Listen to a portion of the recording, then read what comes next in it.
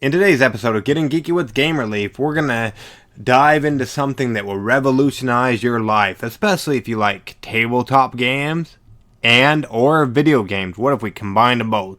And then we'll see what's on Kickstarter.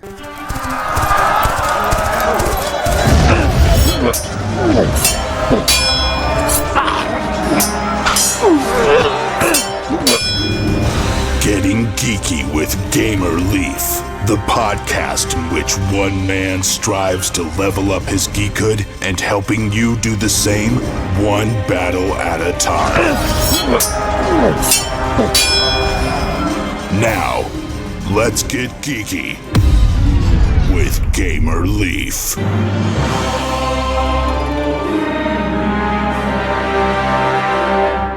Welcome to Getting Geeky with Game Relief. Today we've got a special treat for you, especially if you like video games and you like board games, especially the board games. That's probably why you come to the podcast.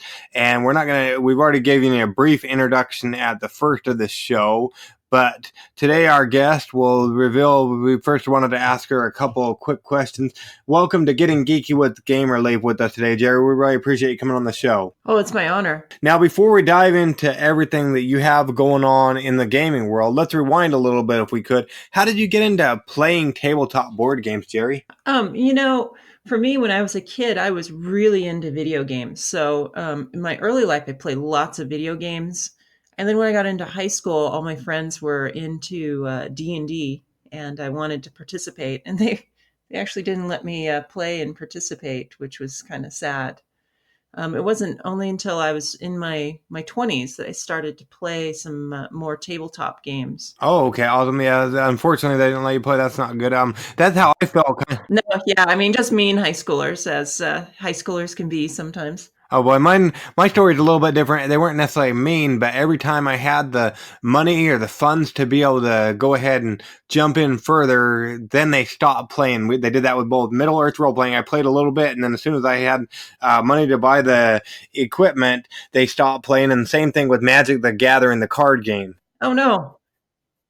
Oh, geez. Yeah, that's some bad luck. Yeah, unfortunately, but I didn't get sucked into it, so that was a little bit of a good thing. And then, so I guess when I was younger, I did, I played the kid casual games like Chutes and Ladders and, the card type games like Uno and things like that. So I guess it's not fair to say that I only played video games as a kid. But it wasn't until my probably 20s that I got into like Settlers of Catan and things like that. And then it skyrocketed from there. Yeah, most definitely. So I imagine you have quite a collection. I do, yeah. If we had video going, you'd see I'm sitting in my game room and I have one of these big cube-style storage pieces of furniture. It's just jam-packed with board games. And I imagine you've played them all? No. I think I have the same problem maybe a lot of your listeners have. It's like I acquire a lot of them and I don't get a chance to play them all. Yeah, quite a collector. We are as well. I hear you. Yeah. Well, hopefully our system that we designed will help break down some of those barriers that keep people from playing so much. Yeah, speaking of the system, when I did at the top of the show, I told them this would hopefully change their life both for tabletop, board gaming, and video gaming. Word on the street is you have something on Kickstarter. What's on Kickstarter right now, Jerry? Well, we have a holographic tabletop gaming system, and what it is these glasses that you slip on, and all your friends slip on the glasses, and you see holograms pop up out of the table. Perfect for playing video games and perfect for board games. And so our objective is to take the things that you love about video games and the things you love about board games and blend those together. For video games, you can play with your friends over the internet. And so that's one of the biggest barriers for people playing board games is getting everyone around the table. With this, since you can do a completely holographic version of a game, you can actually sit around the table with some of your friends, and some of your friends can link their virtual game board to your virtual game board. So you can pick up and play much easier instead of having to coordinate 5 people coming over, for instance. Some of the other virtues of our system is if you start going through the spectrum, you get closer to the classic cardboard and plastic figure board games, meeples, stuff like that. We can wrap those with beautiful graphics. We can have tutorials, virtual tutorials, teach you how to play the games, teach the rules, monitor the rules, help you follow the rules, and you can actually have very little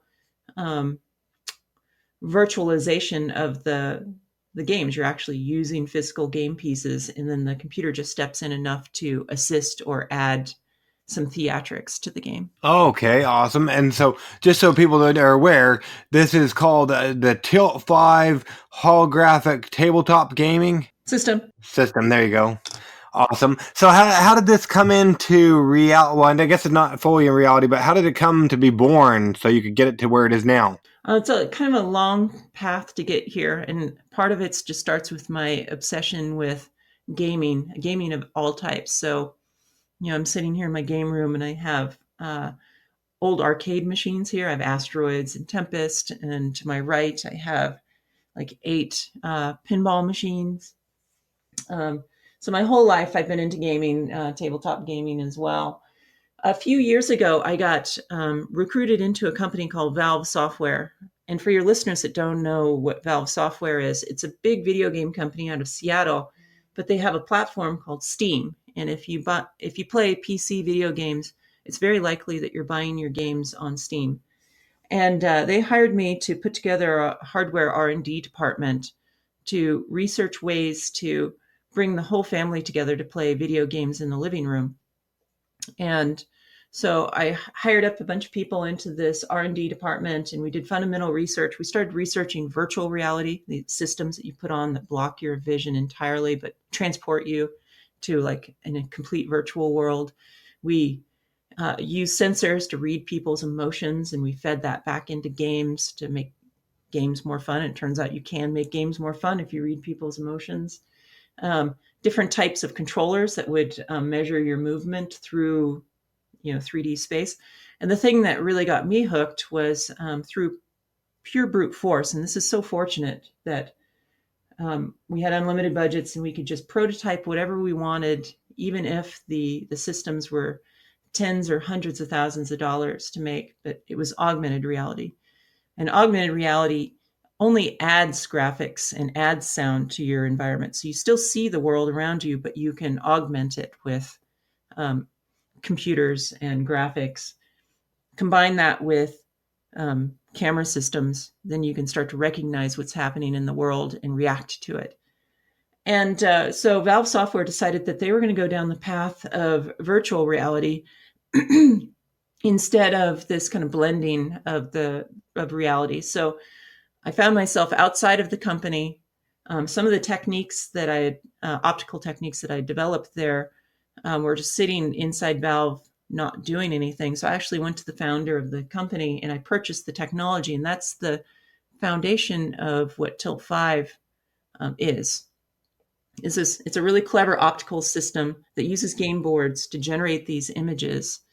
It allows us to make a headset that's super lightweight, easy to use, and generates these vivid images that fill your whole table with computer graphics. Okay, awesome. And does it still use the technology you talked about where it reads emotions? Yes, it does. So there's a lot of really cool things we can do and apply that to tabletop games. So for instance, we can detect where your hand is in this 3D space. And so if you're a dungeon master and you're playing an RPG, you can do really cool theatrics where you could wave your hand over the top of the game board and you could say like an eerie mist settles into the valley. And because we're tracking your hand, you can actually have computerized eerie mist dropping out of your hand and settling into this valley below.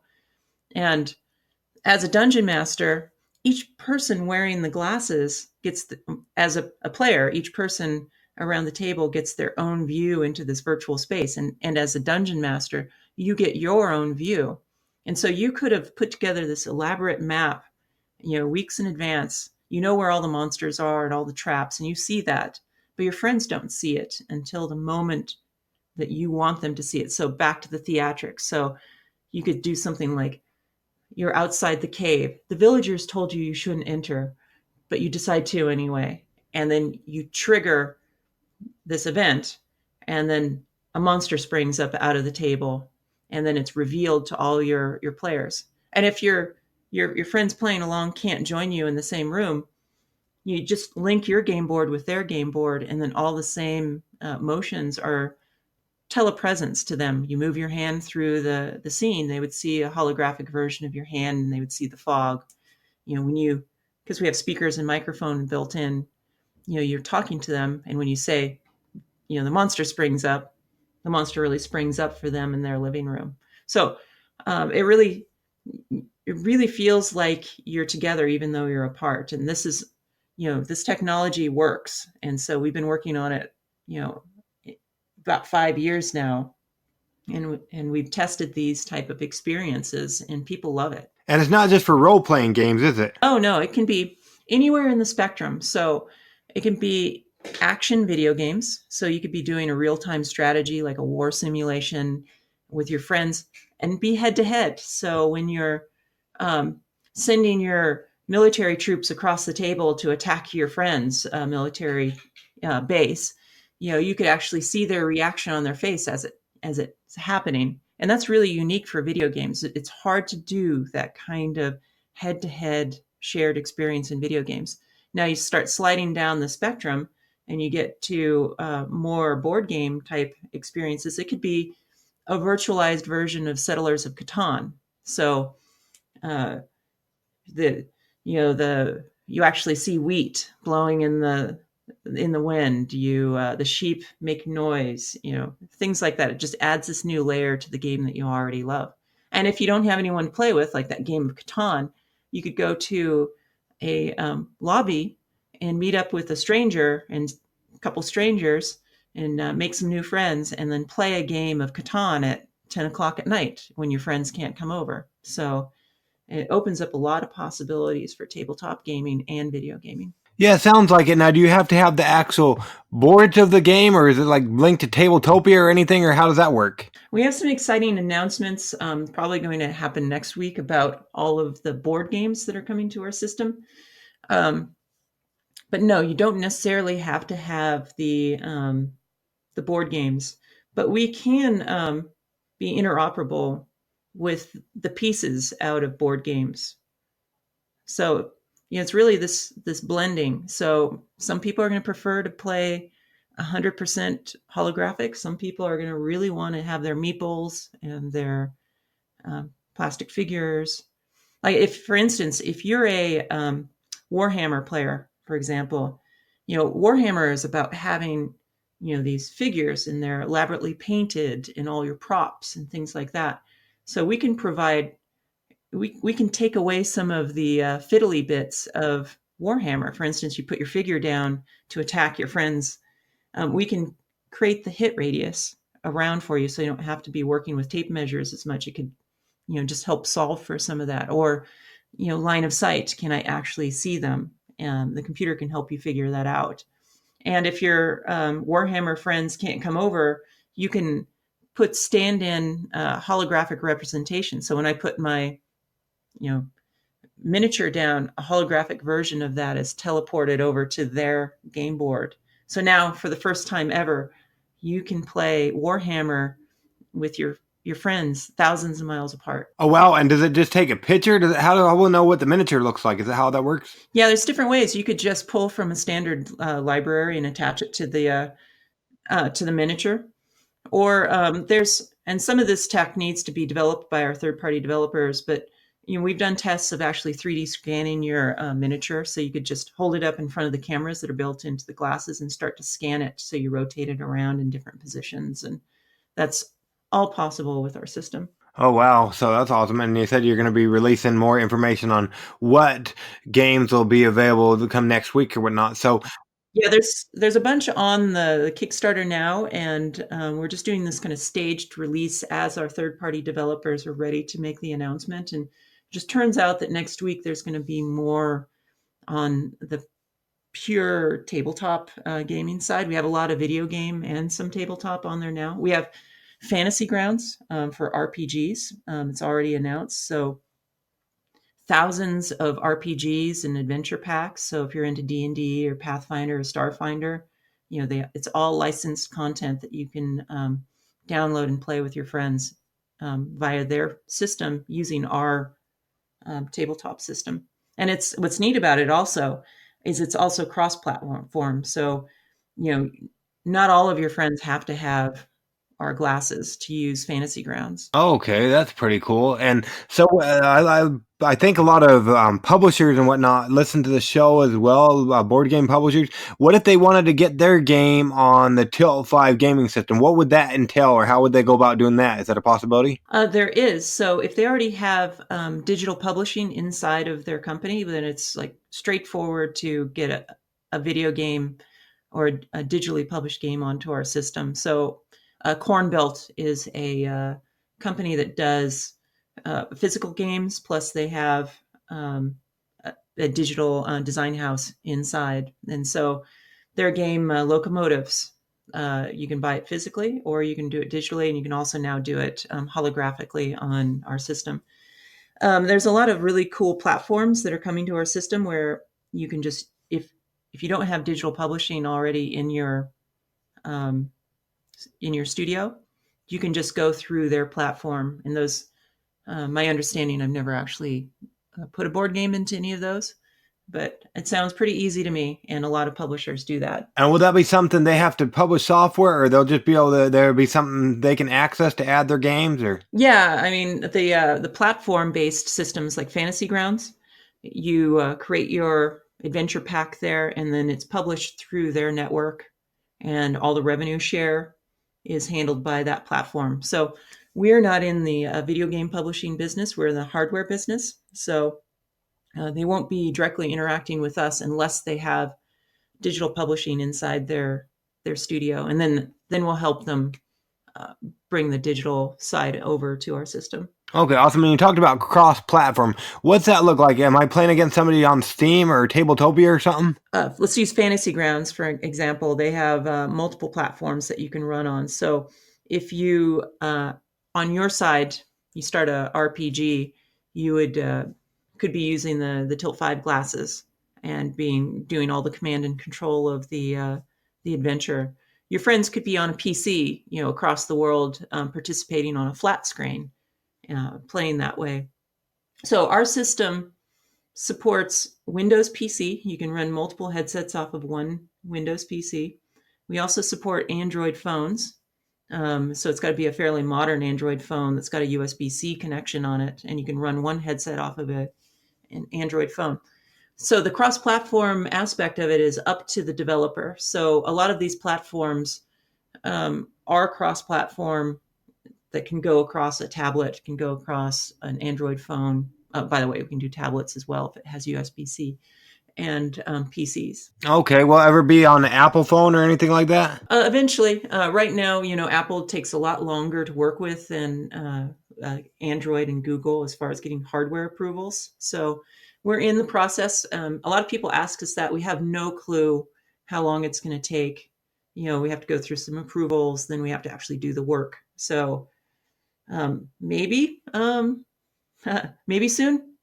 Don't know. Okay, and what all do they? So what all do they need to be able to play the Tilt 5 gaming, or what are they going to get if they back your Kickstarter? Yeah, so we have several tiers that you can back. So our first tier is $299. It's our kind of basic tier. So you get the glasses, the game board, the wand, all the games.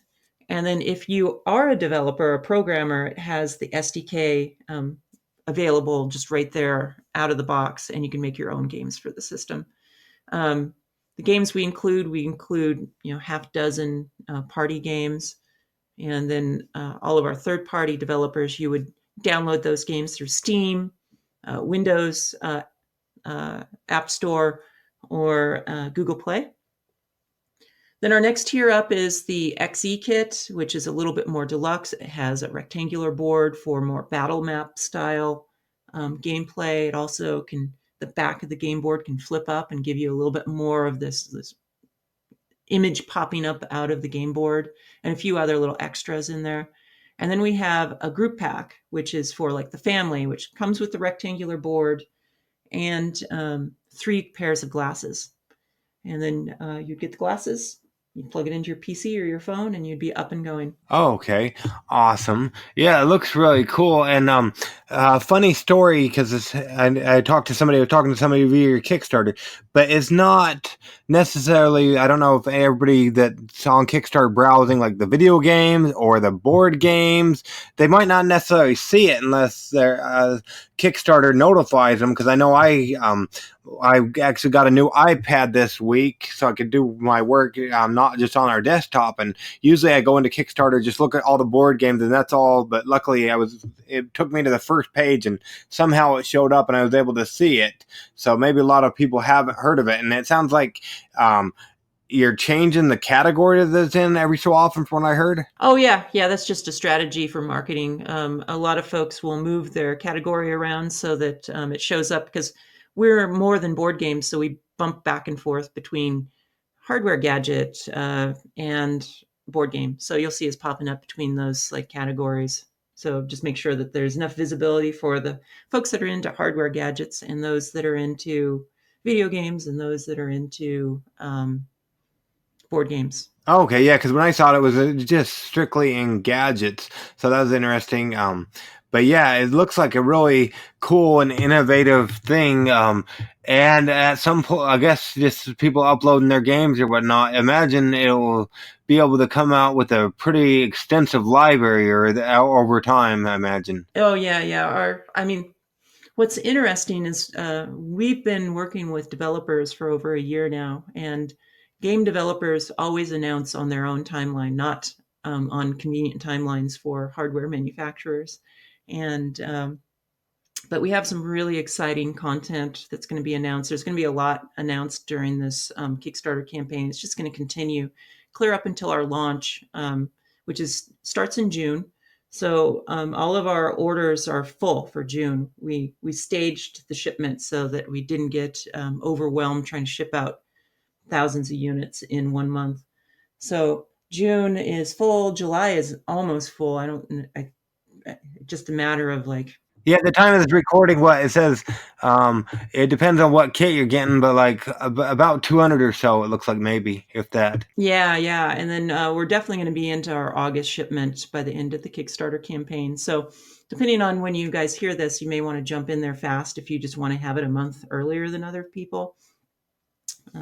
Yeah, we're excited about it. My background, I'm a product designer. I've shipped products, in the tens of millions before. And so we think this has potential, in time to be shipping in really high numbers, which that means that if we're shipping in really high numbers, it means there's going to be a lot of players online that you can jump on and play games with.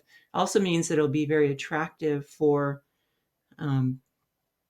developers. So there'll be lots of content coming to the system.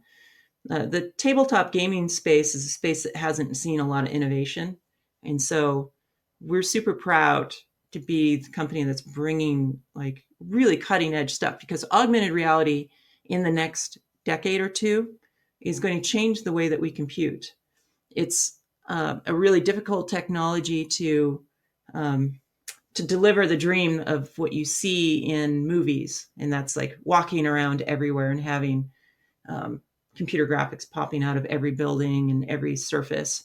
But what we've done is we've condensed it down to one compact system that just nails the tabletop experience. Yeah, it sure sounds like it. I know I played a somewhat augmented real. It was partly augmented reality, partly board game. Detective from Lucky Duck Games. And it was kind of interesting. Like if you can survey the scene with the glasses, or where you put the app on your phone into some glasses, and it was kind of interesting. Oh yeah, yeah. So when I worked at Valve Software, we did a lot of research like, hey, can we just do augmented reality through a tablet or a phone? And it's okay. But the problem is your hands are constantly having to hold this phone up, and you have this little view into the world. And what we discovered really early on, just through pure brute force, making these really huge, clunky augmented reality headsets, was that once you free your hands up and you don't have to think about the holograms popping out of the table, that's when the real magic happens. So if you've used phone augmented reality and been frustrated with just constantly having to like figure out, where to point it, this completely like eliminates that. It's just constantly there. It's just like it's what you've seen in Star Wars, like let the Wookiee win. It's just, those game characters are there. You can reach in, you can touch them, you can poke them with your hands and move them around. And if you go to our Kickstarter, you can see video that we shot right through the lens, and you can see us like poking at game characters and moving things around and using our wand. We have a magic wand that helps you click on things and move things around in 3D space. You can see all that stuff works flawlessly. Awesome. And you said so I can use the wand for some things, and also it sounds like if I put a meeple per se down, it can do stuff that way as well. I don't have to necessarily use the wand for it. Correct. Yeah, we can detect objects, and then that can be triggers in your game. So in our video, you see like a very simple example of that is the person takes the meeple and drops it onto a tile, and it detects that meeple was dropped on that tile, and there's some animations and things that happen. And you also see the player drops some cards on the table, and that triggers some events to happen. So we can detect which cards that you tap on the table. We can detect which meeple or figure that you put down, and that can be input to the game, as well as our wand, which our wand is great because it gives you more video game style controls. So we designed our wand to be very kind of magic wand-like, and there's some psychology behind that. Everyone knows how to poke things with a stick. It's kind of inherent in humans. I don't know why even like a 5-year-old will pick a stick up and poke at things. So we wanted to have an interface that was super easy. So you can, pretty much spear things with the wand, and you pull the trigger. Everyone knows how to pull a trigger on things like barbecue lighters or hot glue guns. Pull the trigger, pick something up and move it around. It also has joysticks and buttons on it, so you can use those for pure video game type experiences or secondary input. Like if you want to scroll the map without having to do big gestures, you just push the joystick to the side and the whole map will scroll. Oh wow, awesome! And is there a lot of buttons? Like my family gives me a hard time because I enjoy the original Nintendo with my 4 or 5 buttons, and then the new fangled stuff they have has like I don't even know how many buttons it has. A zillion.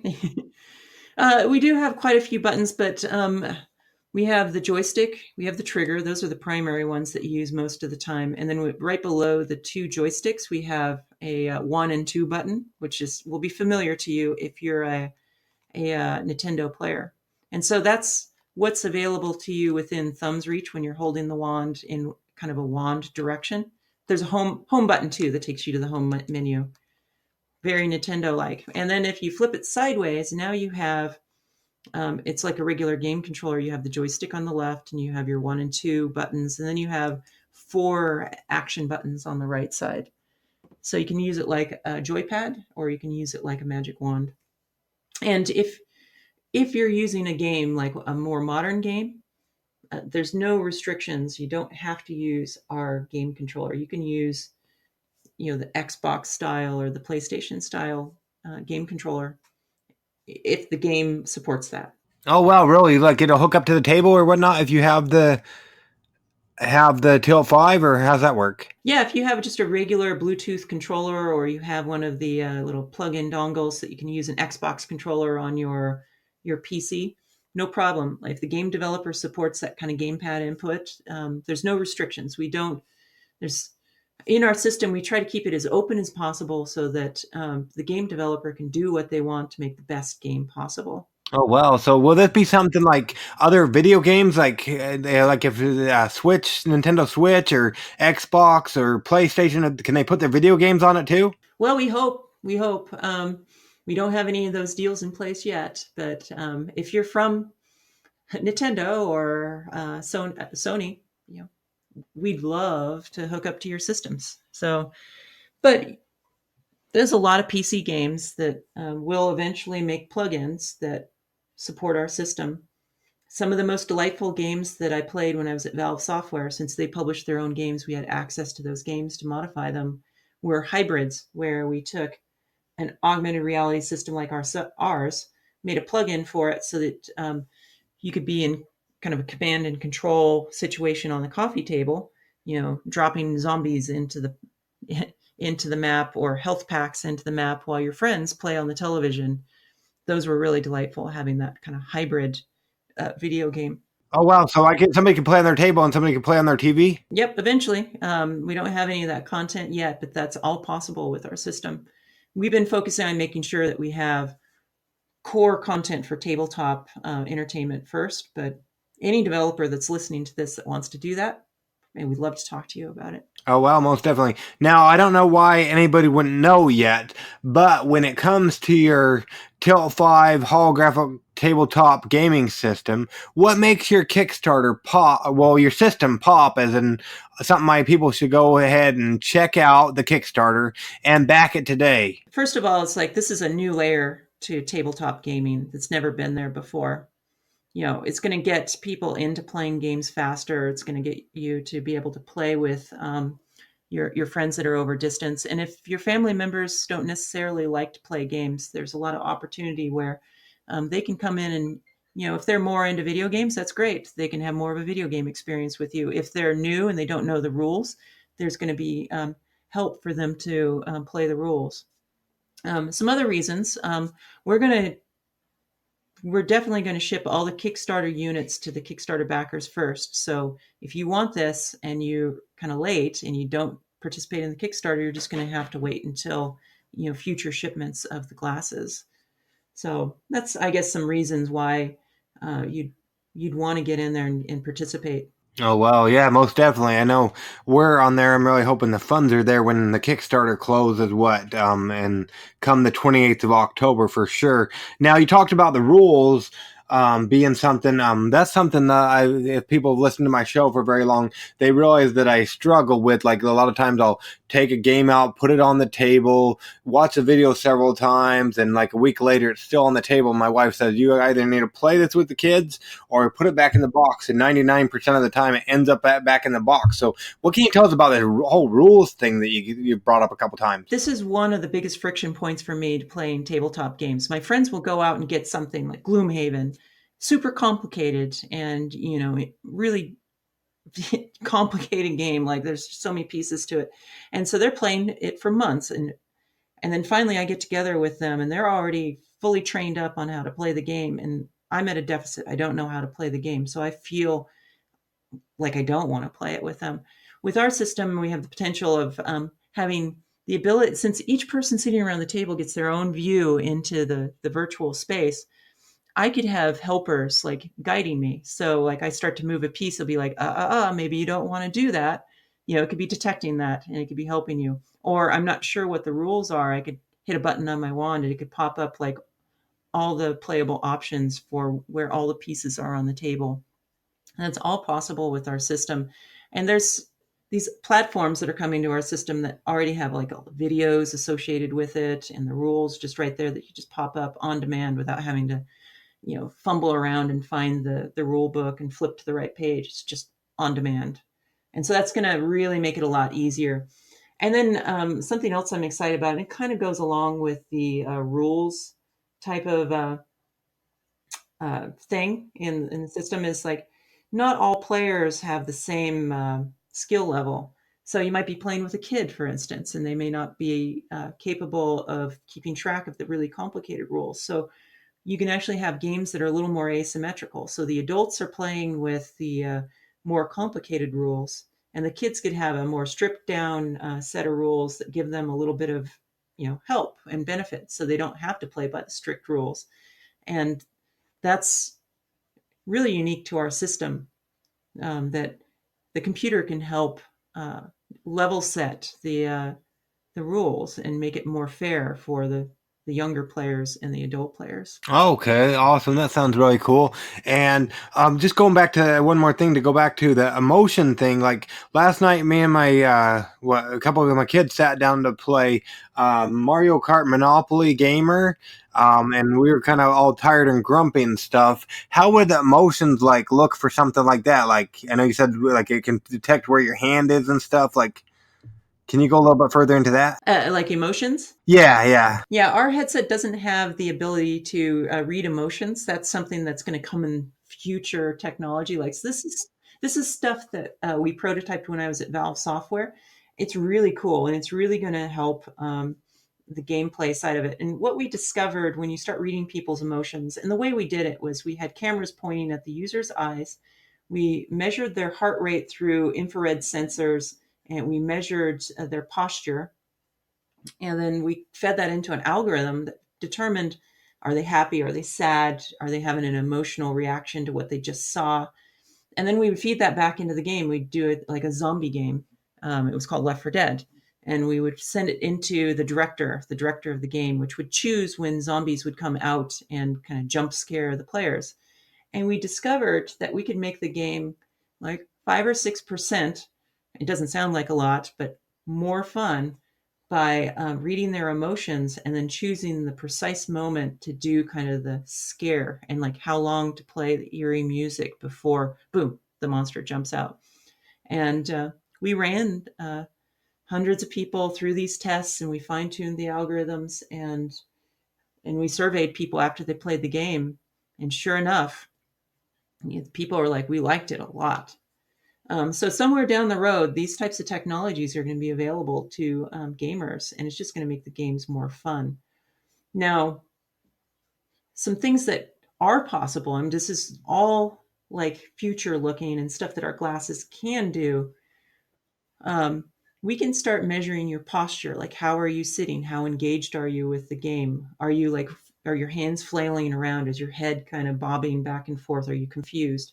You might be able to pick that up and then provide help to the user to help them out in the game. Help clarify what's going on. Like, is there action at the far end of the game board? Are they missing it because their head is turned the wrong way? You could put audio cues because they're looking in the wrong place to get them to turn their head. And that'll just heighten the game experience. And so those types of subtle things are possible with our systems, and developers are going to start to figure out how to implement those in the games, and the games are going to become more delightful and easier to play. And you're just going to want to come back to the games more often, which is going to be great, because we're living in a world right now where everyone is getting sucked into this isolating cell phone screen, and they're not interacting. And there's some trends in video games, and there's some trends we're seeing it with board games. There's this hunger for people to come together and play. In video games, I've been looking at statistics ever since I worked at Valve Software like 7 or 8 years ago. When I started working there, gamers, pure video gamers, were surveyed, like, why do you play games? And only 40% of the people that were surveyed said that they play games to socialize with their friends. Now, fast forward like 8 years, that's shifted huge, a huge shift in that 70% of gamers now play games to socialize. But unfortunately, our interfaces to video games are just not very good at socializing. So they're flat screens. The best you have is voice chat. What we offer is, like, if your friends come over, you actually socialize when you play a video game. You see them, you see each other's hands. You see the joy on their face when you do something together cooperatively. You see the anguish on their face when you beat them, right? If they're over long distances, we have voice chat. We have the ability to see your hands. You can reach in and you can flip your friends off yeah, right. You can do gesticulation and these things that can make you feel like you're more connected. You can put your hand in and you can make a heart symbol and see the heart symbol show up, right? It's really, really cool stuff. It's really it's going to take that social aspect to a new level that we're all hungry for, because we're just stuck on our 2D screens, our phones. Yeah, it sure sounds like it. Yeah, it sounds like an awesome thing. So I know we don't want to keep you all night. So minus coming there to your hometown to stalk you, how can people go about keeping up with you and everything you guys are doing over there with Tilt 5? So there's a couple things you can do. On our website, we have a mailing list. And so once the Kickstarter is over, if you're hearing this 6 months later, sign up for our mailing list. We don't send out a lot of updates, like maybe once a month or so, but we just let you know what's new and happening at tilt5.com. And then if it's within before October 28th, I believe. Yeah, that's what it said, yeah. Go to our Kickstarter, get in now before it's over. The more units that we can get out there means more games and the more people you can play with. So it's a good thing to be part of the Kickstarter. Yeah, most definitely. So, and we'll make sure we leave all the links in the show notes so they can jump on over to the Kickstarter. Now, Per se, like you said, per se, somebody's listening later on down the road after the Kickstarter's fulfilled in there or anything. Any secrets you might be able to share about upcoming stuff you might be working on for later on? Let me think. I mean, we have lots of content in the pipeline. So there's in hardware, there's this classic chicken and egg, right? A piece of plastic and electronics is worthless without games. So there's going to be a lot of announcements. Thing is, I can't announce those until our third-party developers are ready to announce them. Oh, I hear you. So the best way would be to sign up to the mailing list of the tilt5.com. Yep. And if you're adventurous, right? If you're a programmer, and you want something different than programming on just a regular phone or PC, you're really going to enjoy programming in this space. Having a third dimension, having a whole set of new sensors to work with and input is super delightful. You're going to really like creating content. And it doesn't have to be games either. We have a lot of non-gaming and educational and professional developers working with our system. So check it out if you're a programmer as well. Awesome. So someday they might be able to say not just there's an app for that, but there's a Tilt 5 for that. Yeah. That's our just kind of like Google it, maybe Tilt 5 it. Oh, there you go. Awesome. But like I said, we don't want to keep you all night. But we really appreciate you coming on Getting Geeky with Gamer Leaf with us tonight, Jerry, to talk all about Tilt 5, the tabletop. Oh, it was so fun tonight. Thank you. Yeah, no problem. We really appreciate it. Now, let's get geeky. Wow, now I really need to get a Tilt 5 for my tabletop. If you feel the same way, make sure you go ahead and back this Kickstarter, and you can enjoy all of the greatness we experienced in that last episode. Now let's go with Batterina Leaf, shall we? Where are we going, Batterina? Kickstarter corner! For peace, there must be war. Monkeys versus lemurs. For centuries, the magical island of Lim was peacefully inhabited by three ancient mammals: the monkeys, the koalas, and the lemurs. However, peaceful times came to an end when the evil wizard Ulan persuaded the Monkey King to invade all three island territories. And so, bit by bit, the monkey army took control of the island, hoping to stop them. The lemur prince and his troops charged the monkey army, only to find that they were greatly outnumbered. Defeat was inevitable for the lemurs, but then, unexpectedly, the koalas came to their aid. Joining forces, they managed to defeat the monkey army and forced them to retreat. The failed invasion left the Monkey Kingdom extremely weak. Ulan saw this as an opportunity to dethrone the king and crown himself as the new ruler. And so he did, banishing the king into the abyss and cursing the remaining warriors, causing their minds and bodies to be overcome with immense evil power. Now the fate of the island is in your hands. Who will you fight for? Monkeys versus lemurs. Pledge now. Psst. Not sure whether to pledge yet? Thank you, huge voice guy. I'll take it from here. Did that sound familiar to you?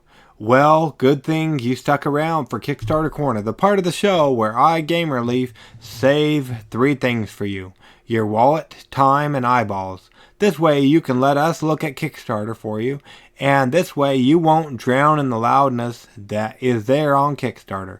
Anyways, it's a story of monkeys versus lemurs conquer the jungle, which is an extremely fun card game for up to 8 players, in which you choose your side, conquer the jungle, and weep the tears of your enemies. Monkeys vs. Lemurs is an extremely addictive, fast-paced card game that you can enjoy with up to 8 people. Choose which side you want to fight for, the monkey side or the lemur side, and battle it out with your friends for survival on the magical island of Lim. Win the game by forming teams, conquering territories, and beating your opponents one by one. The game is very intense, so watch out. While playing the game, you will be able to admire each card's unique artwork, laugh at all the funny lemur quotes, and overall, you will have a blast playing it, guaranteed. So, if you're into card games with paranoid lemurs and hairy monkeys, please help Red Red Wine make this game a reality. It takes 10 to 15 minutes per game.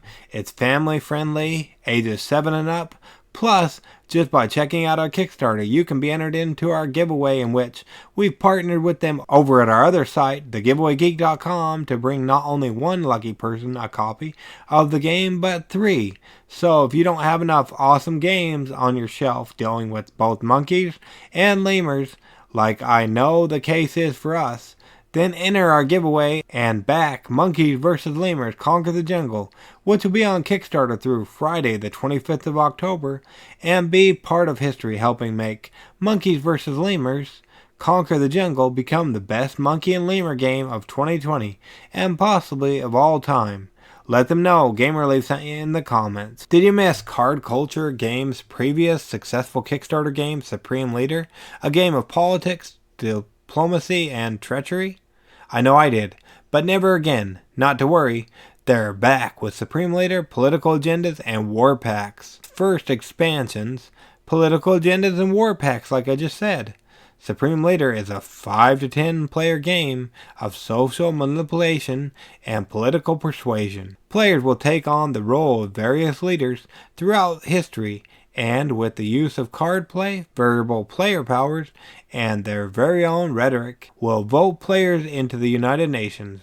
Round after round, one player will join the UN until only 2 leaders remain. They must then appeal to the UN, and the UN players vote for who they wish to crown. You guessed it, Supreme Leader. Supreme Leader focuses on player agency. You choose your allies and who you want to be in your voting block. You decide what cards you want to buy and what rival leaders you wish to vote against. You must be careful who you go against and how you make your enemies. Event cards will come up that challenge the active players not in the UN, and variable player powers mean each leader has their own strength and their own unique power. You decide what it will take for you to become. You guessed it, Supreme Leader. What? You say you're not new to Supreme Leader? Why should you care? Well, you should, because political agendas are secret objectives that players are able to draw and purchase in-game. They are used in 2 ways. They can be scored, redeemed in-game for rewards such as money, or voting twice in the future. They can also be used in the end-game variant, where they are scored as victory points to decide the final decision. This gives players who love Supreme Leader, but are not a fan of the endgame voting, another variant winning condition. Plus, the War Pack introduces new leaders, strategy cards, and event cards. Each pack will include 5 leaders, 15 strategy cards, and 5 event cards. The leaders in the first War Pack will be Abraham Lincoln, Alexander the Great, Mao, Thomas Sankara, and Saddam. A bigger box to keep your Supreme Leader content neatly organized in a single place. The box last time around was a little small, so they're releasing this one for free to all Kickstarter backers. This box will leave room for future expansions and will allow fans to organize their cards by leaders, strategy cards, and event cards, along with any future categories added to the game. But hey, don't take our word for it. Our friends, the Unfiltered Gamer and Logan Chops, both reviewed it. Head on over to the Kickstarter page via the link in our show notes and see how awesome this game is. Plus, make sure you're a subscriber to Getting Geeky with GamerLeaf in your favorite podcast catcher so you don't miss our sit-down with the creators. But don't wait for the interview. Go back Supreme Leader, political agendas, and war packs before Tuesday the 22nd of October. Tell them GamerLeaf sent you in the comments on their Kickstarter page. Is it just me, or is the internet full of cute cat pictures and cat memes? Oh good, I thought I was going mad. Are your shelves full of Cthulhu games based on H.P. Lovecraft's mythos? Oh good, I'm not the only one. Did you know that H.P. Lovecraft also has a really short story all about some killer cats? I didn't either, until I found this next game.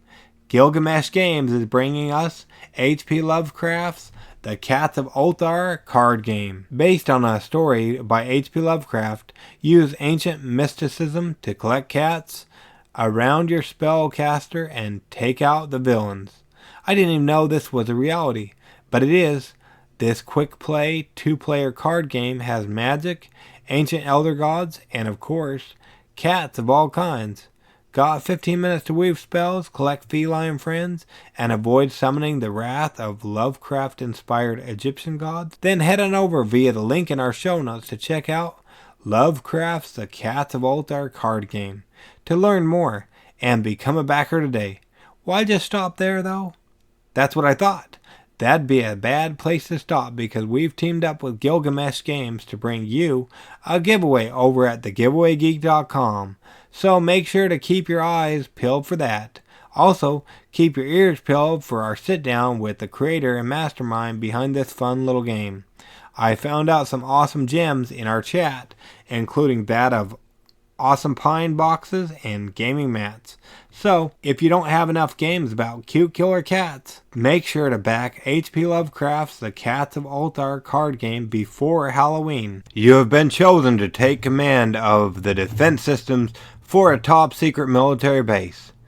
There are many weapon systems at your disposal, including some which are classified above top secret. These include prototype systems, which have been reverse engineered from recovered extraterrestrial technology. As your security clearance increases, so does your access to higher levels of technology. Did that sound familiar to you guys? It didn't to me either. But think UFOs and secrets. Some things are normal secrets, some are top secret, but this next game is above top secret. That was the story of Above Top Secret, which is a turn-based strategic card game featuring stealth and secret technology as your defense systems. There's a couple of variants you can play, including for either 2 players or as team play variant. It is suited for ages 12 and older and will take approximately 45 to 90 minutes. This is the official 2019 relaunch of the game under a new publisher, Three Mates Games. Besides the awesome art in this game, you know what I love?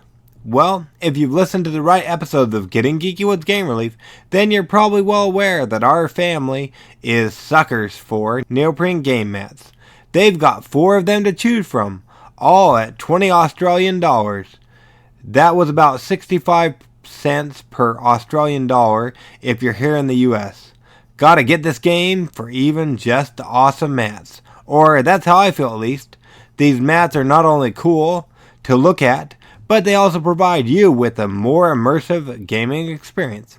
If you prefer to be filled in on what is above top secret, want an awesome game, and some super awesome play mats, head on over and check out Above Top Secret, the official relaunch, and then back it on Kickstarter before Sunday the 27th of October. Tell them Gamer Leaf sent you in the comments. It'll mean the world to them and to us. Rise and shine, campers. The bugle is sounding, so roll up your sleeping bags, break down your tents, and get ready for another beautiful day. Are you ready to scramble up Gemini Peak? Delve deep into Fiddler's Woods? Explore the depths of the Fairy Fire Caves? Or will you take the canoe out on Lantern Island? Grab your gear and let's get going. You are in a troop of campers who are exploring the wilderness to win. Level up your campers to the highest rank, Badger that is. Along the way, you will need to collect achievement patches, which will give your campers special abilities and allow them to level and win the game. Camp Pinetop offers endless variations of gameplay with 32 map cards in the base game. This offers hundreds of different map configurations, ensuring that each game will have a different and exciting route to victory. Camp Pinetop was voted Best Family Game of 2019 in the Boston Fig Fest. Out of over 40 games, do you believe that? Hot dog! If you're like me and aren't able to make it to the camp due to family circumstances, what could be better than camping on the tabletop? If you missed out on any of Talon Strike's other games, such as my favorite themed board game ever, Vinyl, in which vinyl is back in demand as collectors clamor to discover the pure, warm sound of music from decades past, you're not going to want to miss this bad boy, so don't dilly-dally and back Camp Pinetop before Friday the 18th of October. Tell them Gamer Leaf sent ya. Space, humanity's unexplored sector of the universe. But deep in the asteroid belts, lost within the infinite vastness of the galaxy, the Oracle exists and waits to be discovered. The Oracle, an ancient alien artifact, can prevent the destruction of one fortunate planet. The most worthy civilization in the galaxy will win the Oracle and thus survive the apocalypse. The rest are doomed. In interstellar space, you will play an alien life form. You will engage in combat with other alien races to win the precious life-preserving artifact. When a player discovers the Oracle, others can engage in combat. The initiator can begin with diplomacy, but then attack with a long-range weapon. If you have a defense card, you then have a chance to fight back. Combat then progresses through medium or short-range attacks, and whoever doesn't have the right defense is destroyed, and the victor obtains the Oracle. If you are defeated, you are reborn in the nebula with a chance to seek vengeance against your enemies. When the Oracle is found, the universe starts vanishing, shrinking planet by planet until the entirety of outer space has faced extermination. Many players have the chance to attack in hopes of obtaining the Oracle to prevent their destruction, but there can only be one. The Oracle is calling you. Can you hear it? Thank you, huge voice guy. I'll take it from here. Did that sound familiar to you? It didn't to me either, so good thing we're here. Oracle, a game of galactic salvation, is a game about the end of the universe and what creatures will survive the rebirth. With the universe imploding around you, play as one of the several alien races traveling from planet to planet in search of items that will help your people control the Oracle and survive. Oracle is a science fiction card game inspired by the book Interstellar Pig by William Slater. Oracle is a 2 to 6 player game, but it really shines with 4 or more. Gameplay is under an hour and between 30 to 45 minutes with 4 players. It's fun for ages 10 to 99. The setup for each game is random. The placement of equipment and planets is different every time. Players select one of the 2 alien races presented to them at the beginning of the game. They then take turns exploring the planets and securing resources. Once the Oracle is found, the universe begins to collapse. The play area shrinks randomly and rapidly, forcing players to interact, battle, and try to win the Oracle. There is no player elimination. If a player is defeated in combat, a new agent appears in the nebula, so that they may continue to play. The player that has the Oracle when the last planet is removed is the winner. Word on the street is that they're teaming up with us over at thegiveawaygeek.com to bring 2 lucky winners some Fun Again gift cards, one for $50 and another for $100. So, make sure you subscribe to our mailing list via thegiveawaygeek.com so you don't miss out. Plus, make sure to be subscribed to our podcast in your favorite podcast catcher so you don't miss our sit down with the creator. If you've listened to our show at all, you've probably noticed that I'm a sucker for first-time creators and their new games being on Kickstarter. Well, I am. Plus, it may have slipped once or twice that I'm a USAF or a United States Air Force veteran. So, with great honors, I bring you the next game, which has been created by a 20-year Air Force veteran. Did y'all see the Saints and Scoundrels card game that just recently launched to Kickstarter? Well, good thing you're here then. Saints and Scoundrels card game is a pulp-air detective-themed bluffing card game with a psychotic doctor.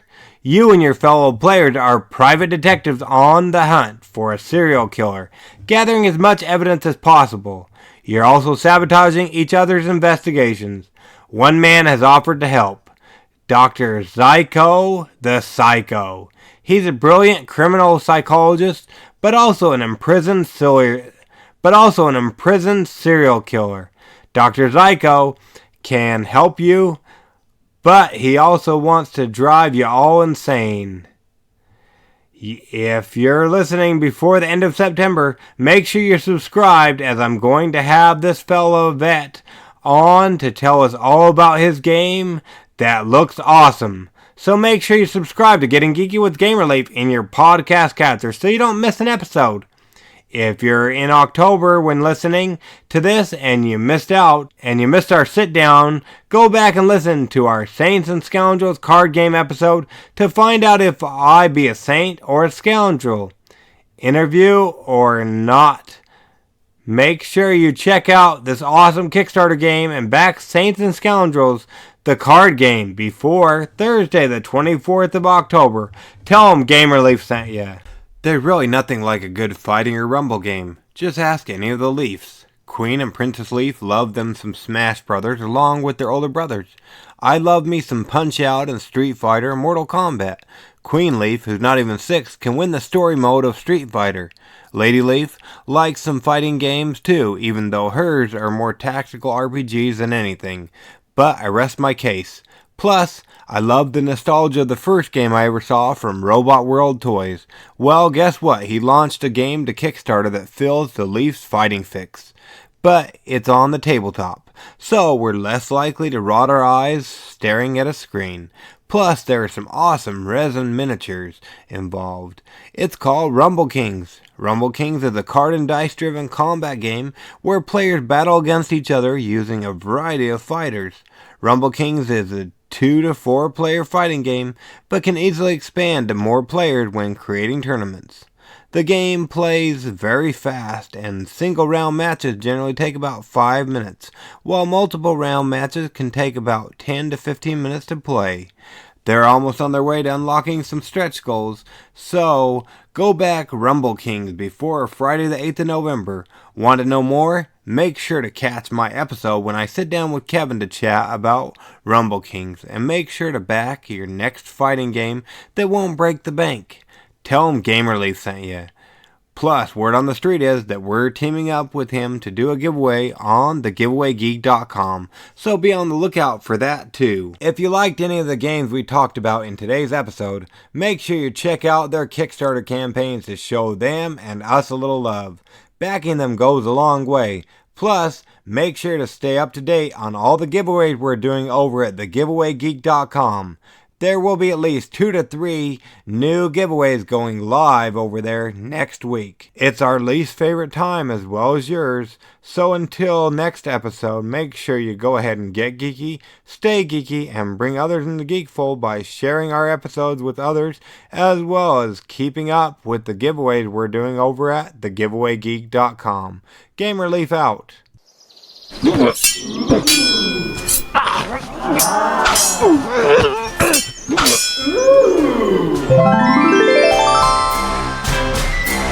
Gamer Leaf levels up.